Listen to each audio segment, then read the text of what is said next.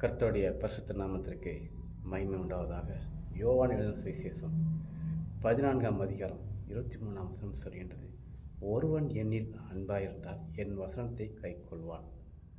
அவனே என் பிதா அன்பாயிருப்பார், நானும் என் பிதாவும் அவனோடு வாசம் பண்ணுவோம் என்று சொல்லி நாம் பார்க்கின்றோம்.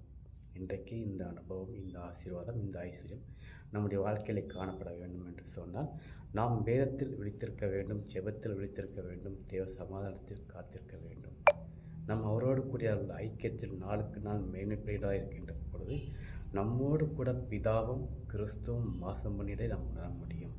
ஒருவன் தேவனுடைய சமூகத்தில் வார்த்தையினால் புதுப்பிக்கப்பட்டு ஆவிக்குரிய வாழ்க்கையில் எழுதி பிரகாசித்து அவன் கிறிஸ்துக்குள் தன்னை நீதியாய் காத்து கொண்டால், கிறிஸ்துக்குள் உள்ள வசனத்தை எல்லாம் அந்த இதயத்தில் சிருஷ்டித்தால், தேவனும் பிதாவும் அவனோடு கூட வாசம் பண்ணுவதை நாம் உணர முடியும்.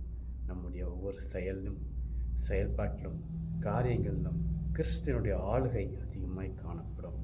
இந்த சமூகத்தில் யார் முன்பாக நான் நிற்கப்பட்டு போகாதபடி தேவன் நம்முடைய கொம்பை உயர்த்துவார். காரணம், அவர் நம்மோடு கூட வாசம் பண்ணுகின்றார், நம்மோடு கூட உலாவுகின்றார்.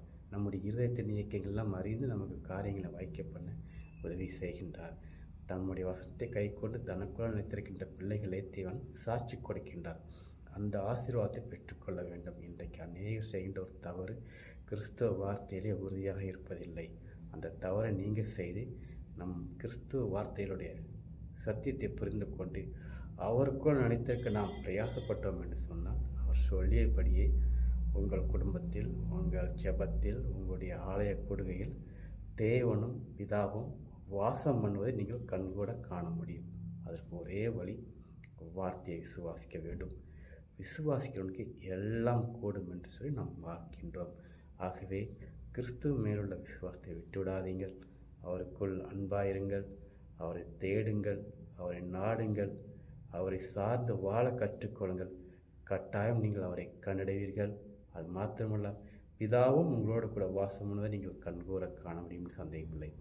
கர்த்தர் தாமே நம் எல்லோரையும் இந்த நாள் முழுவதும் ஆசீர்வதித்து சம்பூர்ணமான சமாதானத்தையும் சந்தோஷத்தையும் நித்திய மகிழ்ச்சியும் நம் தலையின் மீது இருக்க செய்வாராக. ஆமேன், ஆமேன்.